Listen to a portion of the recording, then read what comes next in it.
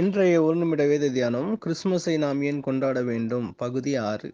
கிறிஸ்துமஸை நாம் ஏன் கொண்டாடுகிறோம் என்று தொடர்ந்து பார்த்து வருகிறோம்.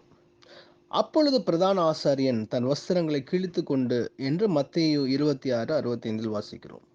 கர்த்தராகிய இயேசு கிறிஸ்து சிலுவையின் பாதையில் கடந்து செல்லும் பொழுது பிரதான ஆசாரியன் ஒரு கேள்வி கேட்கிறான். அதற்கு பதில் சொல்கையில் பிரதான ஆசாரியன் இது தேவ தூஷணம் என்று சொல்லி தன் வஸ்திரங்களை கிழித்துக் கொள்கிறான். வஸ்திரங்களை கிழிப்பது தன்னுடைய ஸ்தானத்தை விட்டு தருவது என்ற அர்த்தம். யோனத்தான் தன் வஸ்திரத்தை கழற்றி தாவீதினிடத்தில் கொடுத்தான். அதாவது அவனுக்கு வரவேண்டிய ராஜ்யபாரம் தாவீதினிடத்தில் போய்விட்டது என்று பார்க்கிறோம். இங்கு பிரதான ஆசாரியன் வஸ்திரங்கள் கிழிகிறது. அவருடைய பதவியை பிரதான ஆசாரியன் என்கிற பதவி இயேசு கிறிஸ்துவுக்கு மாறுகிறது.